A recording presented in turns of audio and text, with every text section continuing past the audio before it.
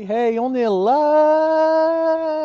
live depuis les toits d'Agadir. Il m'est arrivé de faire un live depuis les toits de Paris, il me semble, mais jamais depuis les toits d'Agadir. Donc je vous laisse admirer un petit peu le soleil qui se couche sur la Casbah. À la base, ça s'appelle la Casbah ou Agadir Oufilla, ça veut dire Agadir d'en haut, avant qu'il y ait un tremblement. Il y a eu un tremblement de terre en 1960, et avant qu'il y ait le tremblement de terre, les gens habitaient là-bas. Beaucoup habitaient là-bas, il y en avait un petit peu qui habitaient en bas, mais il y en avait beaucoup en haut, sur Agadir Oufilla, donc il reste des ruines. Là, ils sont en train de designer, enfin de construire un téléphérique pour monter jusqu'en haut. Et voilà, donc ça c'est Agadir by Sunset, sur les toits de mon ami Amine ici, qui est algérien, réfugié à Agadir. Il habite normalement à Paris, à Melun je crois. Melun c'est ça? Melun, ouais. Puis là il est réfugié à Agadir, donc il m'a fait sortir de chez moi aujourd'hui. Et du coup ça a été l'occasion, parce que d'habitude je suis à la maison, j'ai tout le temps devant mon ordi. Et il est passé, il m'a fait sortir. Et d'ailleurs on s'est connus grâce à ces vidéos. Pas que celle-ci, enfin grâce à mes vidéos, quoi. Il m'a croisé une fois dans la rue, et puis il m'a envoyé un autre message. Il m'a dit mais c'est toi là que j'ai vu dans la rue? Je dis ouais, c'est moi. On se voit pour prendre un verre? Ouais, allez. Et voilà. Bref, je vous fais cette vidéo pour vous parler d'un sujet assez qui moi me touche énormément, c'est celui de l'injustice et de la 91 en force, absolument. Vibre haut, ma sœur. Excellent ton pseudo. euh, c'est pour parler d'un sujet qui vraiment me touche, c'est celui des inégalités et du sentiment d'injustice. Parce que beaucoup de gens, tout particulièrement en cette période, et regardez ce qui se passe actuellement en Ukraine, beaucoup de gens se sentent victimes d'un système, et tout est fait dans ce système pour nous garder victimes. Et bien aujourd'hui, c'est une histoire de Kleenex que je vais vous raconter, ce petit Kleenex là, ce truc là. Ça coûte 1 dirham ça, dans une épicerie. Et tout à l'heure, il y a une dame qui, en sortant d'un petit boui où j'étais avec Amine, un petit boui, c'est un boui-boui mais encore plus petit, qui faisait la manche. Et donc je l'ai interpellée entre guillemets en lui demandant pourquoi tu demandes de l'argent. Elle avait l'air ok. Pourquoi tu demandes de l'argent? Et elle m'a dit je suis malade. Je dis ok, t'es malade. D'accord. Et t'es malade jusqu'à quand? Elle m'a dit je sais pas. J'ai dit tu vas faire la manche jusqu'à quand?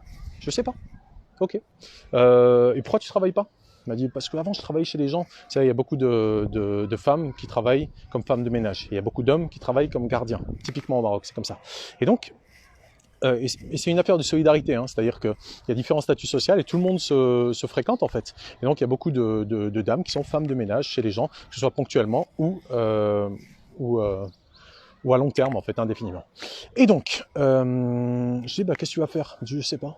Je dis, il va bien falloir que tu trouves un truc, tu vas pas faire ça toute ta vie pour payer le loyer et je ne sais quoi. Je dis, fais un petit commerce. Il me dit, j'ai pas d'argent. Ce qu'on appelle ras el mal, c'est-à-dire comment on appelle ça encore, le budget de départ, quoi. Je dis, t'as pas un dirham? Tu vas bien avoir un dirham là quand tu vas demander. Je dis, va acheter des mouchoirs et revends-les à 2 dirhams. Oh Dieu, ça coûte pas 1 dirham le mouchoir. Je dis, ah bon? J'ai été dans l'épicerie qui avait juste à côté. Je lui ai acheté un mouchoir, une boîte de mouchoirs qui n'est pas celle-ci. Et c'est très intéressant. Tout ce que j'ai à vous raconter là, c'est pas celle-ci, c'est une autre. Et donc j'ai été lui acheter ce truc de mouchoir et je lui ai donné. Je lui ai pas donné 1 dirham, je lui ai donné. Je dis maintenant tu le vends pour 2 dirhams. Et 1 dirham de ce que tu auras vendu pour 2 dirhams, tu le gardes pour toi, tu l'as gagné, c'est à toi. Et 1 dirham, tu rachètes un autre paquet. Et ainsi de suite. Après, elle va certainement acheter un gros paquet où elle va les avoir par exemple 10 pour 6 dirhams, je sais pas combien, puis elle va faire une plus grande marge. Mais c'est la logique. Quand on a besoin d'argent, on fait de l'argent. Parce que le problème dans cette société dans laquelle on vit, c'est que tout passe par l'argent. Et l'argent n'est plus l'art des gens. L'argent est le moyen pour une poignée de criminels de contrôler les gens. Et donc, je lui ai donné ce mouchoir et je suis parti. Et ça devient très intéressant. Et c'est pour ça que je fais cette vidéo. Parce que j'en parlais juste avant avec Amine de ce sujet. D'ailleurs, je vais y aller parce que le soleil est en train de tomber. Donc, je vous laisse admirer une dernière fois Agadir by Sunset from the rooftop of the Narda, qui est ce quartier là. Ça s'appelle Narda. Je sais pas ce que ça veut dire Narda d'ailleurs. Bref, Roya Amine, merci. Merci de m'avoir sorti de mon antre. Et puis à bientôt, Inch'Allah. Tu veux un verre d'eau, quelque chose? T'es adorable, j'y vais. Barakallahu fik. Donc, après avoir donc rencontré cette dame, on a continué à marcher. Et donc, j'étais en train de dire à Amine, de lui dire à quel point est-ce que je trouvais que les gens souvent se positionnaient en posture de victime. Au lieu de trouver des solutions, ils préféraient se trouver des excuses. Et donc, on discutait de tout ça. Et apparaît un gars qui a une table et où il faisait des ravioles, en fait des raviolis de type asiatique. donc fourrés, etc., qui sont cuits à la poêle, qui peuvent être cuits également à la vapeur, mais là, en l'occurrence, il est cuisé à la poêle. Et donc je regarde le gars, il avait un gros masque sur le visage, un masque noir, donc j'ai pas vu son visage. Je dis, ah bah tiens, regarde, lui, c'est pas mal, tu vois, il a trouvé une solution pour vendre des trucs parce qu'il avait besoin de sous. Ciao Amine. Il avait besoin de sous, et donc il a trouvé cette solution. Et Amine me disait qu'il voyait de plus en plus de gens qui faisaient ça. De plus en plus de gens, en fait, qui vendaient des trucs dans la rue. Et c'est vrai, depuis l'ère du corona, la conora, la conneuraire, l'ère de la connerie puissance AAA, triple A, on voit de plus en plus de gens qui font du petit commerce, comme ça, dans la rue, qui font des... Narda veut dire Renaissance, merci Moulavé. Narda, excellent, Renaissance. Donc c'est le quartier de la Renaissance, et je vous fais une vidéo qui, je l'espère, vous inspirera, depuis ce quartier de la Renaissance. Et donc, il me disait, Amine, que oui, il y a de plus en plus de gens qui font ça, qui vendent des petits trucs comme ça dans la rue, des trucs qu'ils préparent chez eux ou autres, des petites tables. Et il s'avère, et c'est ça qui est exceptionnel, le gars en l'occurrence n'est pas marocain, il est taïwanais. Quand j'ai regardé derrière son masque, j'ai vu son offre là, ce qu'il faisait. Il faisait 3 ravioles, je crois, pour 15 dirhams ou un truc comme ça. En fonction des offres, 5 ravioles, bref, un truc comme ça. Un prix pas super élevé, mais pas super bas non plus, par rapport à ce que d'autres font. Je vais vous montrer ce que j'ai acheté après, vous verrez. Donc c'est juste son business à lui, c'est ce qu'il a fait. Mais le gars, il n'est même pas marocain. C'est-à-dire que quand je lui ai demandé, ça fait combien de temps qu'il est là, il comprend à peine le français. J'ai quelques notions de chinois, donc on a pu communiquer. Mais le gars, il parle à peine français, il baragouine l'anglais. Et donc, je lui ai demandé depuis combien de temps il était là, ça fait 6 mois. Ça fait 6 mois qu'il est là. J'ai demandé comment, enfin j'ai essayé, ça j'ai pas assez de niveau en chinois pour lui demander comment est-ce que tu fais pour être là, est-ce que tu as un titre de séjour, etc. Et donc le gars il est là depuis 6 mois. Je suis sûr qu'il n'a pas de permis de travail pour faire ce qu'il fait. Et il le fait dans la rue. Il pourrait se faire arrêter par la police, manu militari. Pourtant il le fait. Et il y a plein de Marocains qui ont le droit d'être ici, comme il y a plein de Français qui ont le droit d'être en France, comme il y a plein de gens dont la citoyenneté les autorise leur personne juridique à travailler, c'est-à-dire à ne pas mendier, à ne pas être dépendant, mais qui préfèrent profiter d'un système qui a justement vocation à les écraser. Et plus on profite de ce système où certains travaillent et d'autres mendient, ou d'autres font l'aumône, mais restent de toute façon tributaires de ceux qui travaillent contre de l'argent, plus on s'enfonce. Car ceux qui ont les moyens de création de la monnaie savent très bien qu'ils créent de l'injustice. Parce que eux, ils sont tout en haut, ils ne sont pas touchés par ça. Ils créent l'argent juste comme ça, d'un coup de clic en fait. Ils créent l'argent comme ils veulent. Et en France, on a le droit de faire de l'art de rue. Moi, j'ai dansé le tango une fois avec mon épouse. Enfin, je l'ai fait plusieurs fois d'ailleurs. Dans la rue, je l'ai fait en Italie. J'ai dansé le tango dans la rue. Les gens nous donnaient des pièces. Il faut peut-être demander une licence dans certains cas, mais on peut le faire. Et donc, après ce deuxième exemple, et d'ailleurs il y avait un gars d'ailleurs que je connais, que j'avais croisé une fois et que j'ai revu là, qui me disait ouais, il galérait un petit peu au niveau du travail, etc. Le travail nous fout à tous la misère, c'est un fait. Le fait en fait qu'on soit dépendant de cet argent et qu'on sente la pression de devoir trouver cet argent pour survivre est une calamité. Ce n'est pas normal. C'est quelque chose d'anormal qu'on a accepté comme normal parce que on pensait qu'on n'avait pas le choix. Or, on a le choix. On a complètement le choix. Ce qui fait vivre, ce n'est pas l'argent. C'est la solidarité. La solidarité entre les gens, autrement dit l'art des gens. Et comment est-ce qu'on témoigne de notre gratitude pour cette solidarité qui nous a été témoignée? Eh bien, actuellement, par l'argent, par la monnaie. Mais en fait, plus ça va aller, moins on sera tributaire de cela. Car plus ça va aller, plus il y aura des gens qui vont devoir trouver des solutions. Plus on va sortir d'une vision individualiste dans laquelle on a été forcé à se mettre, et plus on va rentrer en résonance en fait avec la vérité de ce qu'on est. La vie, c'est une forme absolument unique. Mais cette vie, sous cette forme unique, elle est également en lien avec d'autres formes de vie, sous une forme tout aussi unique. Et quand on va réaliser qu'on a le même intérêt en commun, c'est juste qu'on a été trompé, on nous a fait croire qu'on était autre chose que ce qu'on est, et que du coup on y a cru. Quand on va sortir de cette illusion, et qu'on va comprendre que mon frère ou mon voisin, ou même quelqu'un que je considère comme ennemi, qui n'a pas ce dont il a besoin pour vivre dignement, le jour où je comprendrai que lui comme moi avons le droit de vivre et non de survivre. Ce jour-là, individuellement, nous serons enfin heureux. Pourquoi ? Parce qu'on sera à la bonne heure. La bonne heure étant le présent de la vie. On sera pleinement présent à ce que notre frère, notre sœur, notre voisin, notre ennemi même ressent. Et comment on le ressentira? Parce qu'on sera enfin réveillé de cette folie dans laquelle on nous a endormis, de cette hypnose générale qui a commencé dès l'école. Eh bien, ce qu'on ressentira pour lui ou pour elle nous empêchera de le laisser dans sa galère. Ce sera impossible. C'est ce monde-là vers lequel on va. En attendant, il faut trouver cet argent de merde. Et donc, juste après ce monsieur-là, ce Taïwanais qui vendait des raviolis dans la rue, j'étais encore en train de parler à Amine de ça. On parlait encore de ce sujet-là. Et on marche, on avance. Et il y a un monsieur comme ça qui était adossé comme ça contre un mur, comme ça.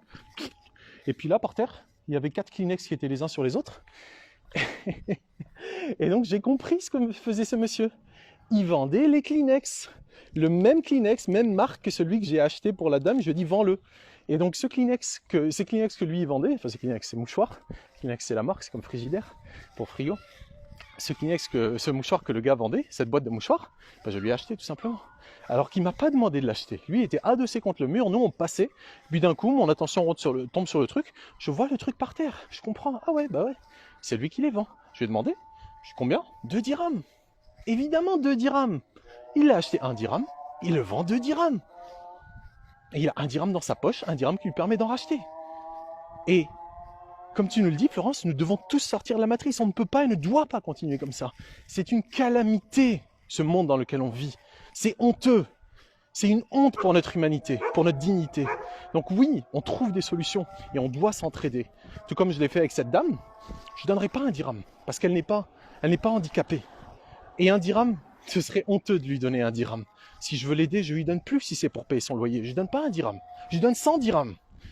Mais si je veux l'aider vraiment, je vais pas dire je lui donne une leçon parce que c'est pas ça l'idée non plus, mais je l'inspire, je lui donne une inspiration pour qu'elle puisse respirer et dire ah ouais, je pourrais m'en sortir. Et c'est ça qu'on doit faire les uns pour les autres. Arrêter de fonctionner sur la peur et sur la culpabilité. Mais c'est pas fini. Donc après ce monsieur et son Kleenex, c'est énorme. Dimanche, j'ai un ami de Taroudante qui est cordonnier et qui m'a fait ses sandales. Vous voyez ces sandales là? Ces magnifiques sandales, incroyables sandales. En fait, c'est un modèle que je lui ai donné de sandales que j'avais acheté en Inde. Et il a pu me les refaire en mieux encore. Elles sont plus belles, elles sont plus solides, elles sont plus tout, elles sont magnifiques. Et le mec, en fait, la manière dont on a fonctionné, et c'est vers ça qu'on va, c'est vers ça qu'on va. La manière dont on a fonctionné, c'est que il m'a dit son prix de revient. En fait, c'est sur ça qu'on va, parce que moi, c'est dans ça que je suis déjà. Je suis dans l'économie du don. Je donne, je partage librement. Et je donne à des gens que j'aime, tout simplement, même si je ne les connais pas. Je donne parce que j'aime. L'amour, ce n'est pas une transaction. L'amour, c'est un état. Et comme j'aime la vie et que je vois la vie tout autour de moi, eh bien, j'aime la vie autant que je l'aime en moi. J'aime la vie autour de moi autant que je l'aime en moi. Et donc, je donne. Je ne vends rien. Je ne veux plus vendre. C'est honteux de se vendre les uns aux autres et de se vendre les uns les autres.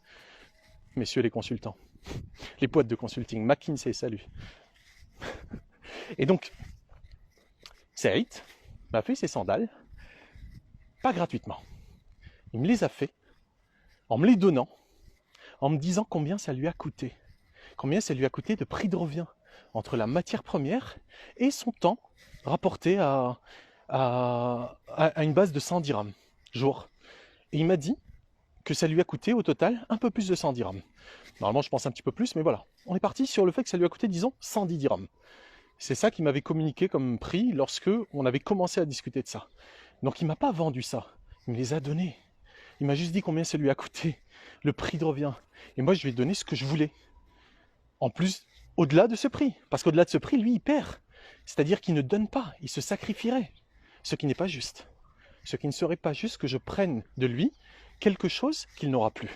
Donc si ça lui a coûté 110 dirhams pour fabriquer ces sandales, et c'est rien du tout à l'échelle de ce que c'est rien du tout, c'est du magnifique cuir, c'est des super sandales. Le gars, c'est un méga artiste, mon ami Saïd.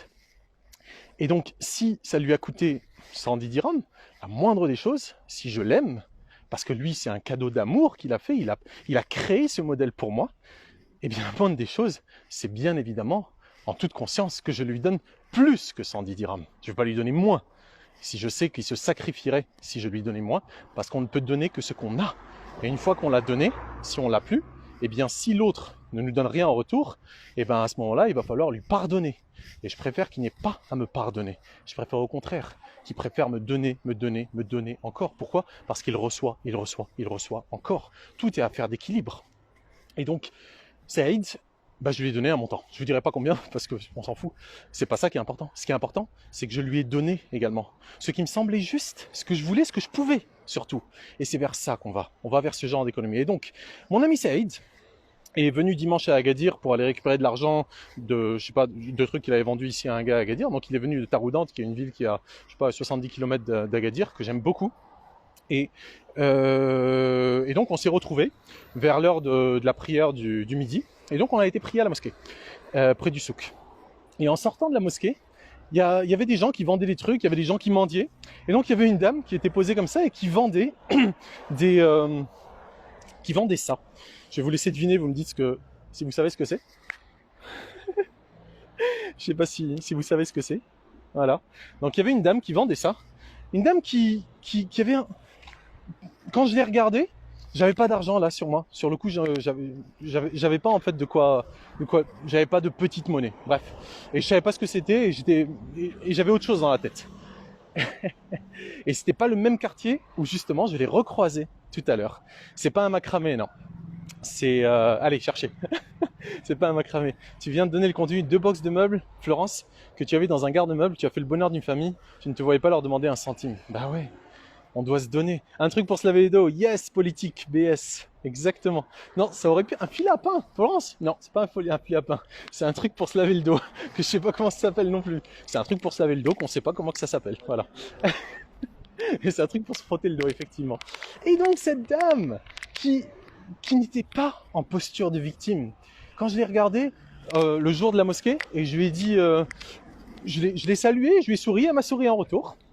Et elle n'était pas du tout dans une posture de victime. Elle était là, elle offrait ce qu'elle avait. En comprenant bien, et c'est ça qui se ressent dans le regard, dans le sourire, dans l'attitude de certaines personnes, pour qui la dignité est plus importante que la matière, que l'argent, que toutes ces conneries. Elle était digne. Elle était là, elle offrait ce qu'elle avait à offrir. Mais elle était consciente que la vie lui donne déjà tellement. Le fait de pouvoir respirer, le fait de pouvoir marcher, le fait de pouvoir parler, le fait de pouvoir avoir une expérience individuelle de cette vie, et c'est un miracle. Si on ne ressent pas de la gratitude pour ça et qu'on pense qu'on a besoin d'autre chose, mais on passe à côté de la vie. On passe à côté de la vie. La vie nous donne déjà tout. C'est un miracle le fait d'être en vie. Et donc je voyais, dans le regard de cette femme, qu'elle était consciente qu'elle n'a pas besoin de quoi que ce soit. Elle joue un jeu. Elle participe au jeu. Les règles, c'est il faut de l'argent. Très bien, on va faire de l'argent. On va faire de l'argent, bordel. Moi, ces règles-là, je ne vais pas dire que je les ai dépassées. Je les comprends, je les connais, j'en viens, mais je sais vers où on va. Et c'est pour ça que je ne peux pas accorder mon attention juste à faire de l'argent. Je ne peux pas. C'est indigne de moi. C'est indigne de la plupart des gens qui ont compris vers où on allait. Mais beaucoup ne sont pas encore prêts. Et donc beaucoup sont encore en transition, tout comme moi. Mais un jour, on ne se vendra plus rien. On partagera librement et on sera heureux, en fait, de la différence des autres. Parce que plus on sera différent, plus on aura des choses à se partager, à se donner librement, à se partager librement les uns aux autres. Et donc cette dame, on voyait bien qu'elle n'était pas en train de quémander, qu'elle avait suffisamment, mais qu'elle joue le jeu.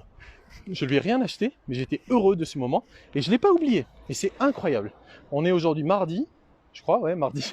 C'était dimanche, donc avant-hier, dans un quartier tout à fait différent, rien à voir.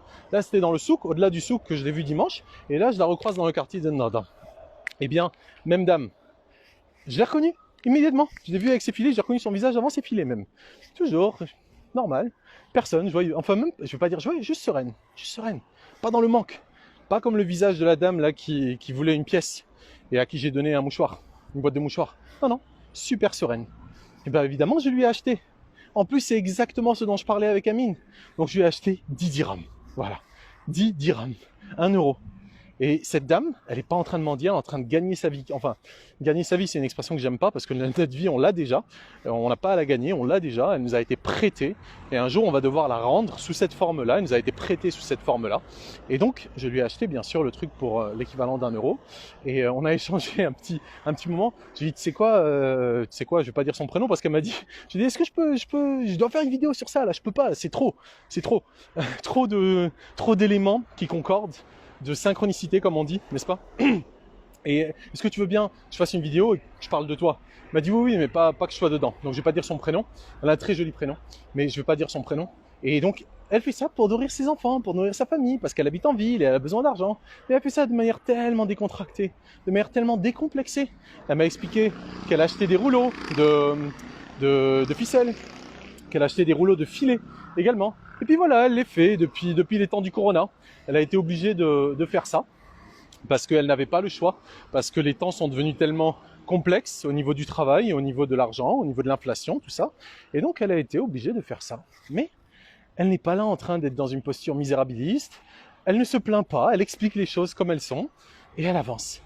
Mais ce qui est fondamental pour moi dans ces exemples-là, c'est que je vois bien à quel point l'état d'esprit change l'état de la matière.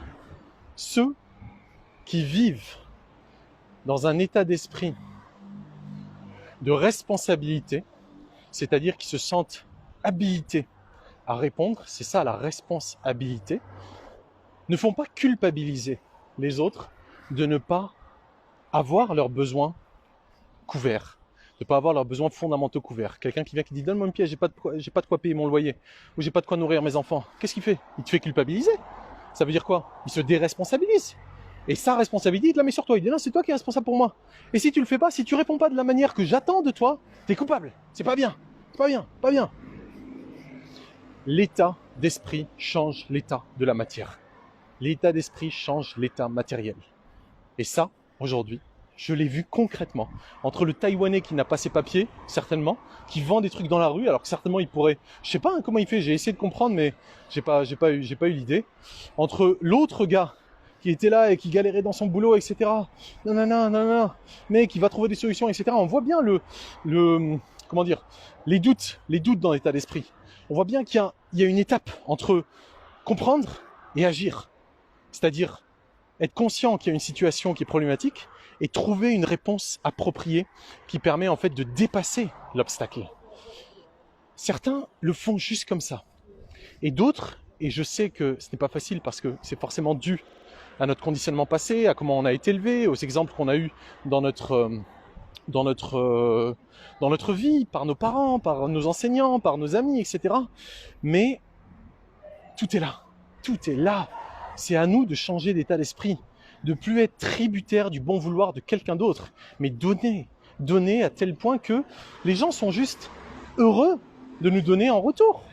C'est pour ça qu'on vit en ville. C'est pour ça qu'il y a une telle densité en fait de population. C'est parce que si on vivait dans je sais pas moi, dans un trou perdu, ben on n'aurait pas le gars qui pourrait nous faire notre manucure le samedi, on n'aurait pas le cinéma où on pourrait pas aller passer ses vendredis soirs, on n'aurait pas le restaurant qu'on aime bien où ils font des bons sushis, on n'aurait pas le coach de sportif qui pourrait nous aider à faire ci, à faire ça, on n'aurait pas des copains pour sortir, aller prendre un verre, etc. On vit en ville pour la densité de la population. Mais lorsque cette densité devient telle que ce n'est plus dans une démarche de collaboration qu'on est, mais carrément dans une démarche de compétition, de mise en concurrence des uns et des autres, ça devient problématique. Et c'est là le souci. C'est que on se retrouve dans un environnement où la collaboration ne suffit plus. Il faut, comment on dit ça? Il faut être en compétition. Il faut être en compétition. Et qui c'est qui gagne au final dans cette compétition? Ben, c'est l'État qui prend les taxes et c'est ceux qui ont déjà beaucoup d'argent parce qu'ils construisent des trucs de plus en plus complexes où il y a de plus en plus de choses en fait qu'on peut faire. C'est comme à l'époque, en 2009, je me souviens, j'avais un blog qui s'appelait Quadruplay parce que on allait vers la quadruplay. Il y avait donc la triple play à l'époque pour les box. avec la télé, l'internet et le téléphone. Et là, on allait vers le mobile en plus, la quadruplay. Et en fait, je me souviens dans ma thèse à l'époque, j'avais fait un mémoire, plutôt pas une thèse, un mémoire de fin de master en économie de l'énergie et du changement climatique. J'avais introduit le concept de full play en me disant que c'était super chouette parce que on pourrait aller vers au-delà de la quadruple play. Bien sûr, on n'en parle plus, tout ça, c'est devenu normal. Et que on pourrait non seulement avoir nos services internet, téléphone, téléphone mobile, mais également nos services bancaires, nos services énergétiques, nos services, plein de services. En fait, tout, ça devient de la full play. Tu achètes tout chez Google, ou tu achètes tout chez SFR, ou chez Orange, ou chez je ne sais quoi. Bien sûr, aujourd'hui, on le voit, c'est Apple, c'est Google, c'est Microsoft, c'est Facebook. Ce sont ces gens-là qui, en fait, sont en train de dominer le monde d'une manière incroyable. Et donc, je me souviens en 2009, 2010, je voyais ça d'un bon œil. Aujourd'hui, on voit bien, 12 ans après, ce que ça donne. On voit en fait que le pouvoir excessif donné à des entreprises sans éthique est absolument calamiteux et destructeur pour le lien social. Et cette concurrence dans laquelle les gens sont mis profite donc à ces grandes entreprises et à ces big tech et à ces big gouvernements. Big tech, big pharma, big, c'est juste les big. Et on a besoin de remettre du small. On a besoin de remettre des petites actions. On a besoin de remettre du bon sens qui va dans la bonne direction, celle du cœur, où on ne fait plus les choses pour la matière, on les fait pour l'esprit de la chose, tout simplement. On ne fait pas les choses pour créer encore plus d'agitation, mais on les fait juste pour l'esprit de la chose. On donne pour l'esprit, tout simplement. Certains vont dire c'est spirituel, d'autres vont dire c'est religieux, je fais l'aumône ou j'aide mon prochain. Mais en fait, c'est juste du bon sens. Arrêtez de créer de l'agitation dans ce monde matérialiste qui est régi par des satanistes. Et commencez à donner, tout petit, mais à donner avec le cœur. Avec un cœur qui n'a pas de limite. Un cœur qui aime sans condition. Je te donne parce que je t'aime. C'est tout. C'est simple. Il ne reste plus qu'à le faire. Et dernier exemple, ce sont ces brir, ça s'appelle des brir. C'est des petites galettes. Oh, on a de la lumière là. C'est des petites galettes comme ça, avec des trous dedans. Je sais pas si on voit bien là aussi, on voit. Donc ces petites galettes là avec des trous dedans. Donc ça c'est la dernière dame que j'ai croisée et elle vendait ça pour 1 dirham. Elle aussi une petite table comme le taïwanais avec sa petite table et elle vendait ça avec ce qu'on appelle des msimmen et voilà, 1 dirham, elle vend ces trucs. Une dame aussi qui certainement d'un certain âge, peut-être 50 ou 60 ans la dame et certainement que ça l'enchante pas de devoir faire ça, de prendre son temps pour vendre des trucs, mais en même temps, elle a besoin d'argent pour vivre dans ce monde actuellement. Donc, elle est responsable. Elle va pas sortir dans la rue pour faire l'aumône comme tant de gens le font, en pensant en fait que c'est normal. Et Amine m'expliquait tout à l'heure que il avait vu une vidéo d'un gars qui avait filé une pièce ou un truc à un mendiant, ou une mendiante plutôt, une mendiante à Casa ou un truc comme ça, une grande ville, la capitale économique du Maroc. Et il lui a demandé, il a fait une vidéo, il lui a demandé en direct, enfin dans la vidéo, c'est enregistré, j'ai pas eu cette vidéo, c'est juste Amine qui m'a raconté, il lui a demandé combien tu fais par jour. Et elle lui a répondu, ça dépend des jours, entre 600 et 700 dirhams, entre 60 et 70 euros pour mendier au Maroc. Je vais faire le calcul par mois. Si elle fait ça tous les jours, en un mois, 3 x 6, ça fait 18 000 dirhams, 1800 euros. C'est dément. C'est juste dément. Entre 1800 euros et 2100 euros pour tendre la main comme ça dans la rue en faisant un air qui fait culpabiliser les autres. Et qu'est-ce qu'elle fait avec cet argent? Elle est en train d'acheter une terre à côté. Enfin, elle a une terre et elle est en train de construire sur cette terre. Voilà, en mendiant. C'est-à-dire c'est son métier.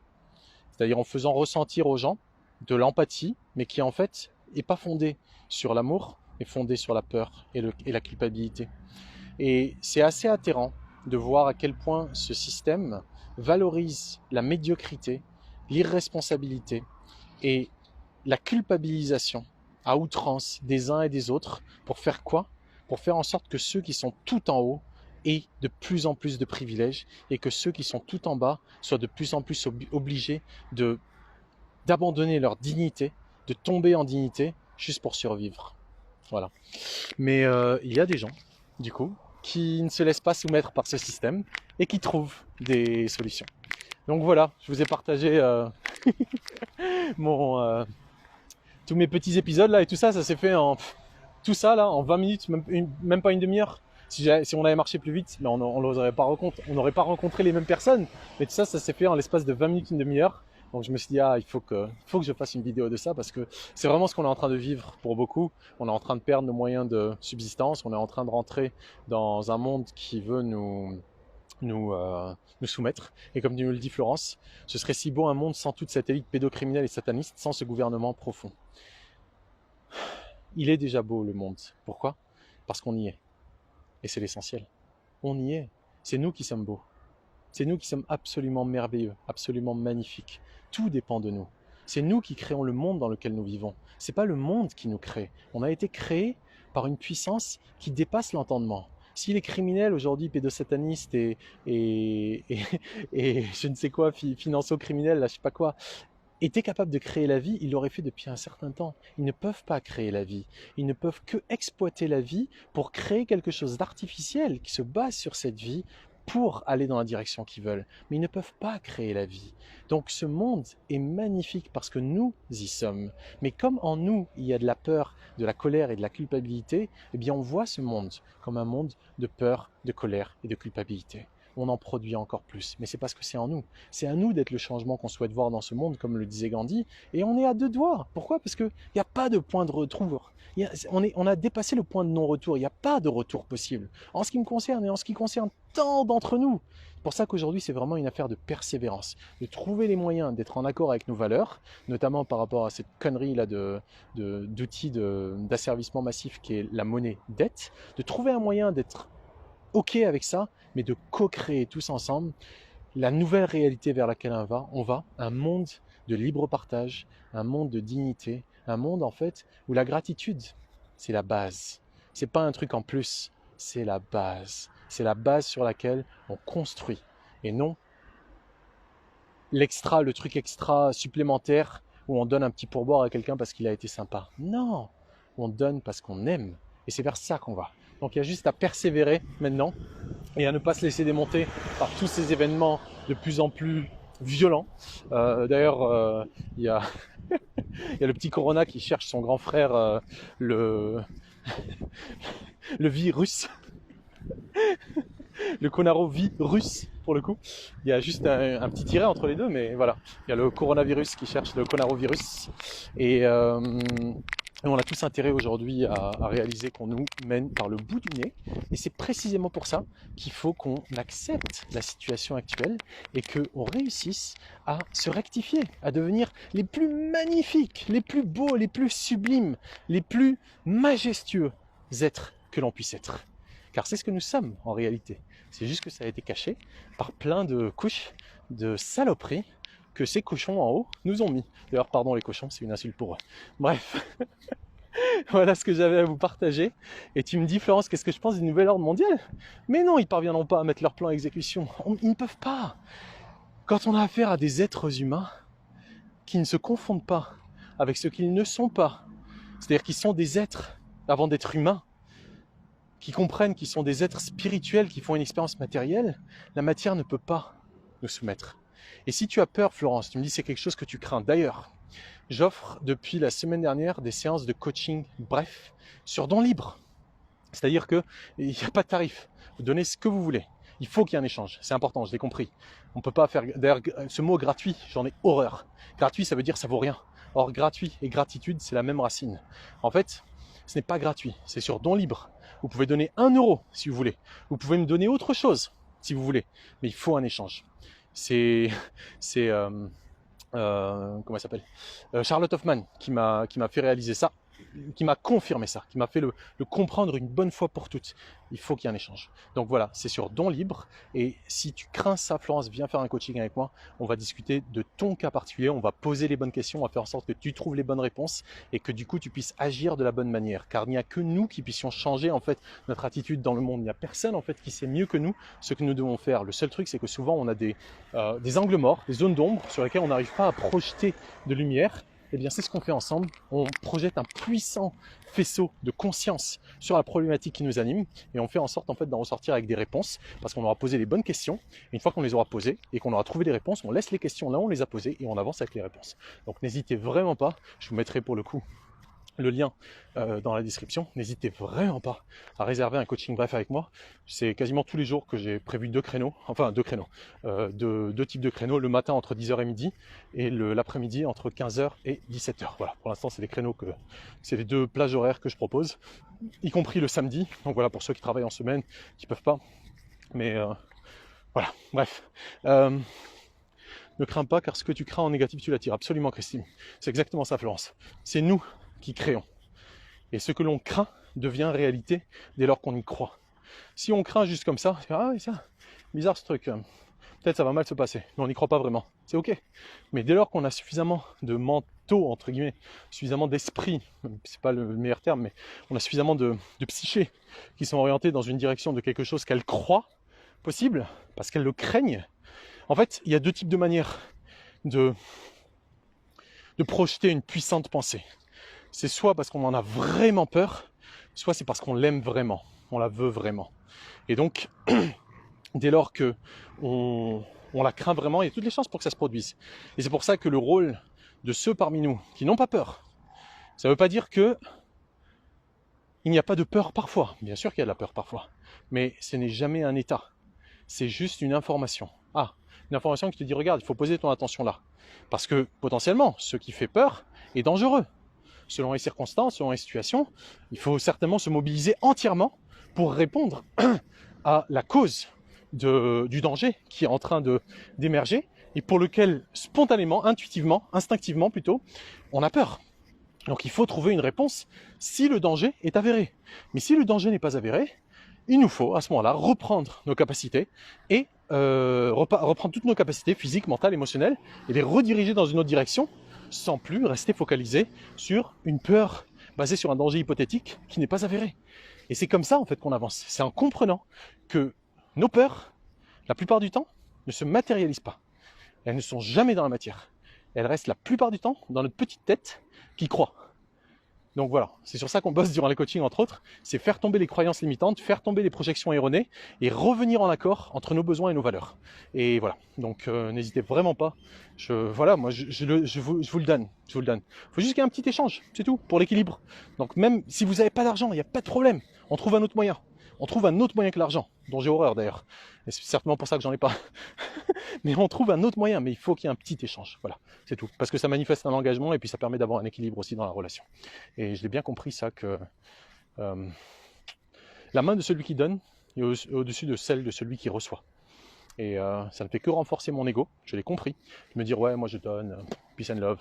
C'est pas vraiment mon état d'esprit, hein, mais juste pour clarifier les choses, c'est peut-être de là que l'ego veut me faire croire que je fais quelque chose de bien, alors qu'en fait je crée du déséquilibre en moi et autour de moi, parce qu'il n'y a pas d'engagement. Et donc, quand quelque chose est gratuit, comme on dit, c'est que ça vaut rien. Alors que ça vaut certainement tellement. En fait, ça n'a pas de prix, c'est inestimable. Comme la vie. Comme changer la vie de quelqu'un. Aider à changer la vie de quelqu'un. Qui allait dans une mauvaise direction, qui filait un mauvais coton, comme on dit, et qui se retrouve à revenir vers lui-même, sans rester dépendant d'un monde extérieur qui de toute façon ne veut pas son bien. Parce que ce monde extérieur, la plupart du temps, il n'est pas bien. Parce que ce que les gens projettent dedans n'est pas bien. Ça ne veut pas dire qu'on ne peut pas le changer dans la direction de qui on est, mais pour cela, il faut qu'on se sente bien. Le bien-être pour un être humain est fondamental. Bref, sur ce, je pense que je vous ai un petit peu tout raconté. Je suis en train d'arriver vers chez moi. Et ne doutons pas de notre capacité à pouvoir vraiment dépasser toutes nos limitations, toutes nos peurs, toutes nos croyances erronées et à co-créer tous ensemble ce nouveau monde vers lequel on va, car on y va. Et on y va à vitesse grand V. Et c'est pour ça qu'ils accélèrent. C'est pour ça qu'ils veulent nous faire de plus en plus mal. Oui, Florence, à très vite pour un coaching, alors absolument. Je vais te mettre le lien. On y va vers ce nouveau monde. Ils veulent nous emmener vers le leur, mais avec des êtres comme nous, des êtres conscients, des êtres persévérants, des êtres courageux, c'est-à-dire qui agissent à partir du cœur, ils ne peuvent rien contre nous. On est des êtres humains et on ne lâchera rien. Et sur ce, mes chers amis, je vous souhaite un big boom. Bonne année, merci d'avoir été là.